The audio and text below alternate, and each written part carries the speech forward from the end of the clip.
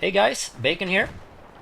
What you're watching right now is actually my first ever commentary for YouTube, so I'm really happy about making this.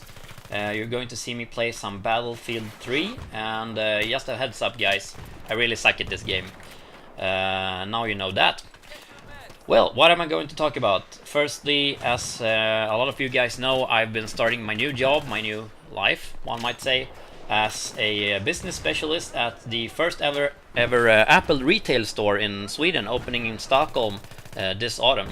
So I'm really excited about that, of course, and that's actually one of the things I'm going to talk about today. So what's been happening in my life the last couple of days? I haven't been on YouTube, I haven't been on my stream, and I mean I've been live streaming for like between 5 and 15 hours a day for about 2.5-3 months. So I know you guys must feel a big empty space right now, right? Anyhow, what's been happening? So right now I'm going through kind of an education step. It's a couple of weeks long before the store actually opens. I can't tell you any dates, and I can't tell you where it's gonna be because that's like super mega secret. We've been asked to sign an NDA, a non-disclosure agreement, so pretty much a contract saying that we're screwed if we say anything to anyone.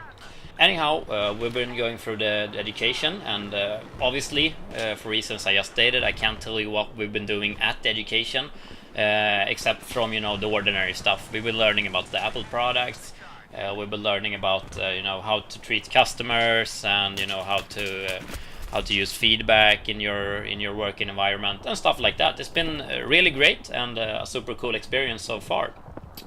What I can say, however, is that we've been a lot of people here. I can't tell you how many even, because that's secret as well, but I can tell you that we're a lot of people, and you can really tell that Apple's been doing a great job recruiting people to this new retail store they're opening in Sweden.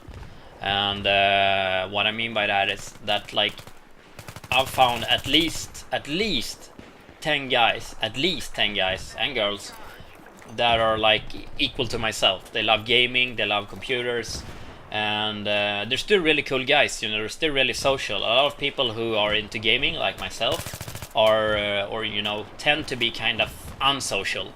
You know, I don't want to draw everybody like over the same line here, but a lot of people that play a lot of computer games, like I do. I mean, I play a lot of games. Like if I stream for 10 hours, then I still play before I stream and after I stream as well. So I played a lot, and a lot of people like that tend to be kind of unsocial, but not everybody, luckily enough. And at Apple, they've been finding people that are pretty much as social as myself, and I really enjoy that. So it's cool meeting new people, obviously. I'm very social myself, so I think it's a great opportunity to meet new gamers to play with, hopefully, so I don't have to be forever alone. Anyhow, I'm going to go through this education for a couple of weeks, as I said, and during those weeks I'm primarily going to focus on YouTube videos, commentaries like this one, but also videos about what I do in my real life when I'm not actually gaming and streaming. Most of you guys have seen my live stream, and that's where you know me from, you know, from the beginning, and then you started following my YouTube channel. But since I'm going to start this job, and you know, I'm gonna work, it's a full-time job, so I'm gonna work Monday to Friday, 10 to 5 or 10 to 6 I think, and even weekends sometimes.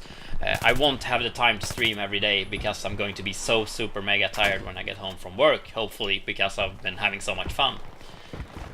So in that case, or because of this, I'm going to focus more on YouTube instead. So I actually think in the beginning of this video and the end, and well, right now as well, up to the left, you'll see an annotation to my channel. You'll see an annotation to subscribe to my channel. So if you want to look on more videos, you can press the annotation to go to my channel up to the furthest left on the screen, and it's going to open a new window. And if you want to subscribe, you can press the subscribe annotation, and it's also going to open in a new window. And it really helps me out, guys, if you subscribe to my YouTube channel.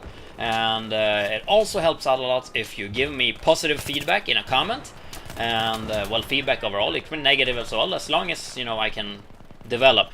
That'll be, you know, of huge help for me for future commentaries, since this is my first one, as I said before.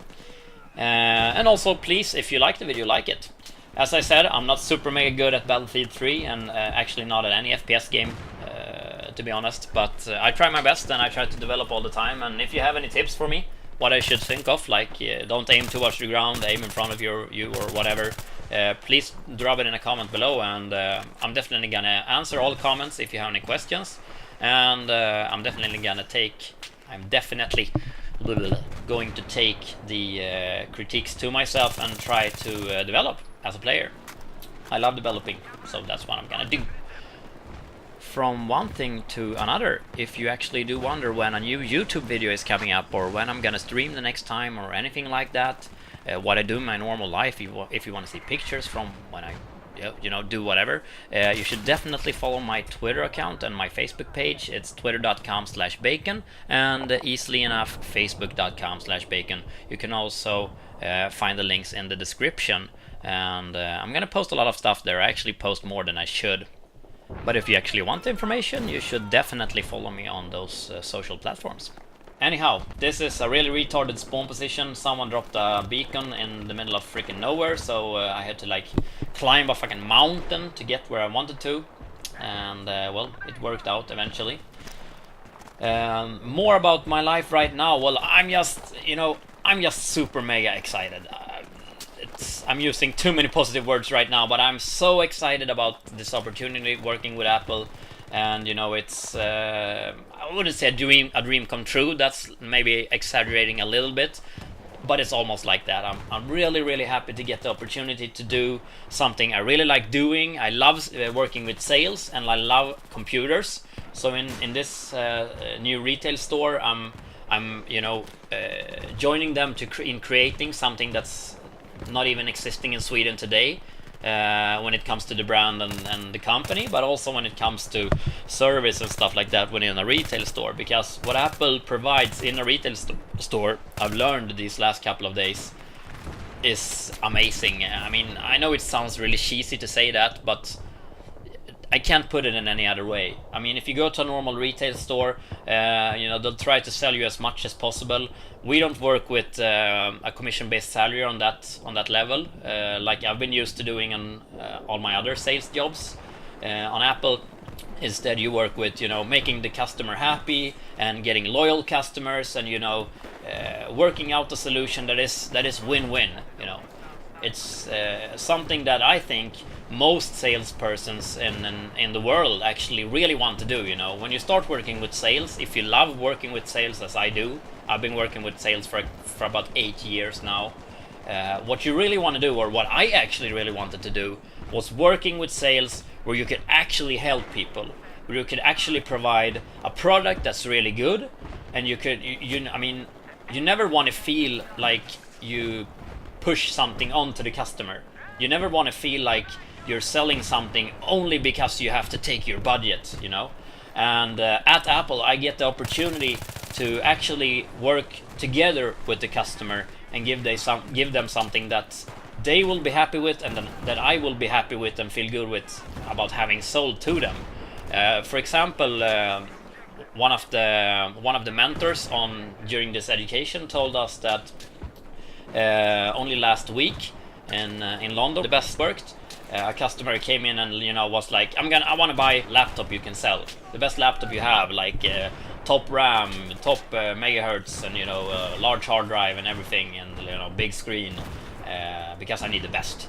And the Apple employee, the mentor of mine, asked like, what are you going to use the computer for?